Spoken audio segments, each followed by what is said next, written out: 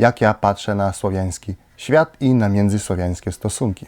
Więc jeśli ciekawi Cię taki temat, no co w takim razie? Zapraszam do oglądania. Pozdrawiam. Jaki jest w ogóle sens naszego kanału Dzieje Słowian, Sławiańska dzieła? Najpierw muszę powiedzieć, że ta nazwa to nie jest po prostu dosłowne tłumaczenie. Chodzi o prasłowiańskie słowa sławiańska, to znaczy słowiańska, i dela, co bukwalnie oznacza coś jak czyny, jak... No. Słowo dzieje też jest z tym połączone, ale w języku polskim już to oznacza historię, tak mówiąc. No i dlatego nie we wszystkich słowiańskich językach ta nazwa będzie taka sama. Bardzo się cieszę z tego, że tak dużo Was przyszło ostatnio. Jak człowiek to widzi, to mu się chce jeszcze więcej nagrywać. Poczekajcie chwileczkę, bo chce mi się pić. Nie mogę mówić tak suchym gardłem. Poczekajcie chwileczkę, zaraz przyjdę. Tak, jest to już... Tak, muszę powiedzieć, że teraz to jest już lepiej. No, więc to czemu w ogóle postanowiłem otworzyć ten kanał? Chciałem zrobić takie miejsce, gdzie wszyscy Słowianie mogą się spotykać, ale ja to zrobiłem z miłości ku wszystkim Słowianom. Ale wiem i widzę, że Słowianie to naród bardzo taki trudny, ciężki, bo jest w stanie pokłócić się, że nie wiem... Powiedziałbym to, jak to było w tamtym filmie Mela Gibsona, że nie mogą się zgodzić nawet o tym, jakiego koloru jest gówno. Ostatnio było bardzo dużo komentarzy na temat tego, że na przykład Rosjanie teraz nie są Słowianami, bo jest wojna z Ukrainą. W Chorwacji, w Serbii też bardzo dużo o tym słyszałem wcześniej. Jest bardzo ciekawe, kiedy Słowianie się kłócą, że najczęściej co się robi? Albo ludzie pytają się jakoś udowodnić, uzasadnić, że ta druga strona nie jest słowiańską, albo mówią o siebie, że sami nie są Słowianami. U nas w Chorwacji to było bardzo popularne mówić, że jesteśmy Irańczykami, kiedy była ta wojna z Serbią. A teraz bardzo popularne mówić, że Rosjanie to nie Słowianie, że w Rosji to większość ludzi jest Mongolami i podobnie, nie? I tak każdy ze Słowian coś mówi o innych Słowianach. Mnie osobiście jest bardzo przykro, że to jest tak, bo naprawdę mi się wydaje, że o wiele więcej rzeczy nas łączy niż podziela. I ostatnio, kiedy zadawałem pytanie, w jakich językach, no kiedy właśnie nie zadawałem pytania, a opowiadałem o naszym pomysłu, co dalej robić z kanałem.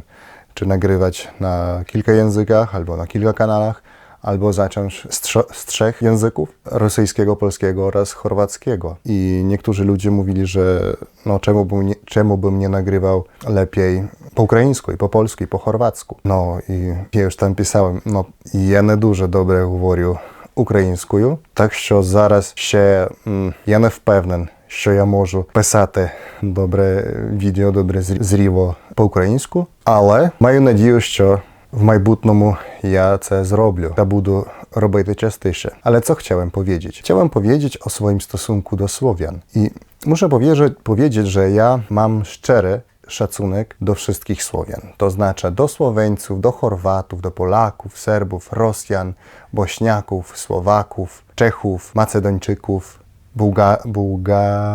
Bułgarzy, łużyckich Serbów, do wszystkich. Bo dla mnie osobiście jest ważne, że my jesteśmy Słowianami. No i żyjąc w słowiańskim świecie, bardzo często się spotykałem z takim czymś, że jakiś tam, nie wiem, Chorwat widzi, że ma jakieś zwyczaje i potem widzi, że podobne zwyczaje są u Słoweńców, u Serbów, u innych Słowian i zamiast tego, żeby uznać to za coś ogólnosłowiańskie, ten człowiek myśli, że po prostu to nas skopiowały ci ostatni Słowianie. To wszystko jest od nas. No i teraz Chorwata wybrałem tylko jak przykład. To samo mógłbym powiedzieć i o Rosjanach, i o Ukraińcach, i o Polakach.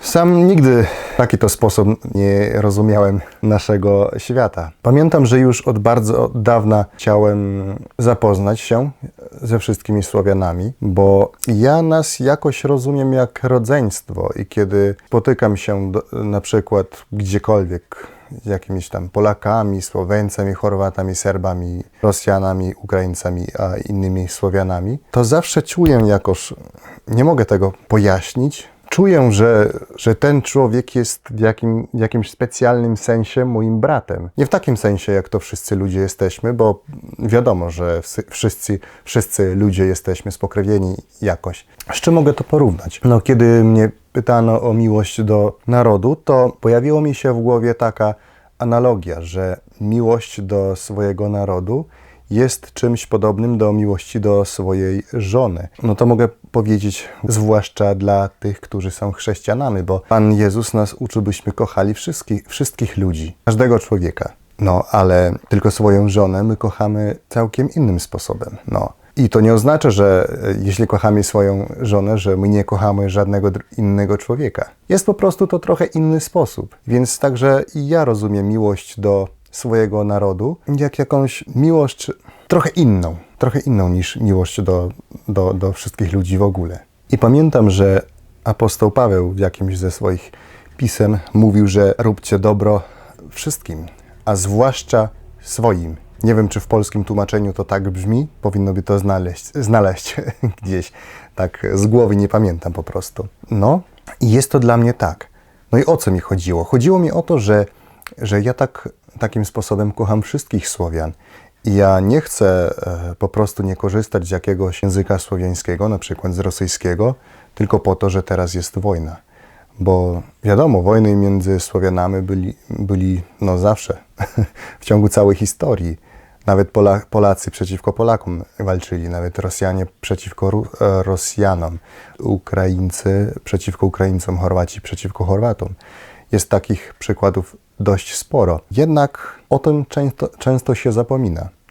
Nie mówię, że to jest dobrze, ale bardzo dobrym przykładem jest to, że możliwe zrobić takie coś, że kiedyś walczono, a teraz już takich wojen nie ma. Ja bym był bardzo szczęśliwy, gdyby to między Słowianami było tak. I jeszcze coś. Często kiedy mówię o pansławizmie i u mnie na kanale, kiedy mówię o innych Słowianach, no wiadomo, nas jest bardzo dużo i każdy ma jakieś swoje myślenie i każdy będzie myślał coś swojego, kiedy usłyszy to, co ja opowiadam. I zazwyczaj ludzie niedobrze rozumią to, o czym mówię.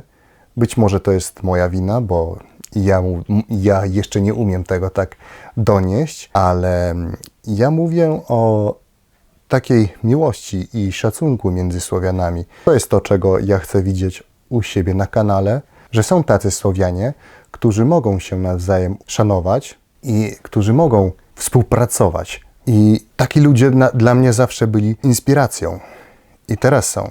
Ale często, kiedy się mówi o historii między Słowianami, w tym przykładzie, bo mówię teraz po polsku, często się mówi o takich momentach historii, kiedy Polacy kłócili się z Rosjanami na odwrót. Ale bardzo rzadko mówi się o tym, że też istnieli takie dobre momenty między Słowianami. Ja na przykład, kiedy zacząłem, mogę tak powiedzieć, badać historię Polski i Rusi w początku, i potem już Rosji, ja nawet nie wiedziałem, że było tak dużo małżeństw między Piastowiczami i Rurikowiczami. I dla mnie to było takie niesamowite, bo nikt o tym nie mówił nigdy, bo nigdy się po prostu nie mówiło o tym, że u Polaków, Rusi, a potem już Rosjan, Ukraińców, a Białorusinów było coś wspólnego. Kiedy po raz pierwszy tego się dowiedziałem, byłem w szoku po prostu. I po prostu zadałem sobie pytanie, czemu przynajmniej u nas w Chorwacji o tym tak się nie uczymy? Czemu uczymy się zawsze, że jesteśmy jakoś połączeni z Zachodem, ale nie mówimy nic o swoich sąsiadach najbliższych? U nas było to samo, kiedy mówiliśmy na przykład o historii Bułgarii albo Serbii. Jedna z przyczyn tego, czemu otwarłem ten kanał, była właśnie ta, że chciałem się podzielić takimi znaniami, kiedy jednak Słowianie współpracowali dobrze. Nie jestem przeciwko temu, byśmy nie rozmawiali na tematy, które są bardzo ciężkimi dla nas Słowian, jak na przykład o Katyniu, o rzezi wołyńskiej, o chorwackich, zapomniałem polskie słowo, koncentracyjski logor. No, zapomniałem. No i nie mówię, że nie trzeba mówić o tym, co robili Serbowie w latach 90. w Chorwacji oraz w Bośni i na odwrót, co robili Bośniacy i Chorwaci i tak dalej. Trzeba o tym mówić, ale myślę, że też trzeba mówić o momentach dobrych między nami, bo mi się wydaje, że właśnie to może nam otworzyć oczy, że przyszłość bez międzysłowiańskich kłótni jest możliwa i że z tego skorzysta cały świat. Nie tylko my, Słowianie, ale cały świat. Wyobraźcie sobie taką Europę, gdzie już nie ma żadnych wojen, gdzie po prostu pieniądze uchodzą na coś dobrego, że pomagamy swojemu narodowi, a tym, że pomagamy swojemu narodowi, pomagamy i wszystkim ludziom, jesteśmy dobrym przykładem dla innych. Nie wiem, czy to dla Was miało jakiś sens, co dziś słyszeliście. Po prostu chciałem coś dla Was nagrać, podzielić się swoim rozmyśleniem na ten temat. Wiem, że narobiłem dużo błędów po polsku, ale trzeba ćwiczyć. No dobrze, bracia Słowianie, bracia Polacy i siostry, nasze piękne siostry Słowianki, Polki. Dziękuję za to, że obejrzeliście odcinek do końca. I jeszcze na koniec dla Was bym chciał zostawić takie pytanie. No a co Wy myślicie? Czy możliwe jest, by Słowianie w końcu nauczyli się szanować jeden drugiego? I jeśli to możliwe, jak to zrobić? Dziękuję bardzo za Waszą uwagę i do zobaczenia.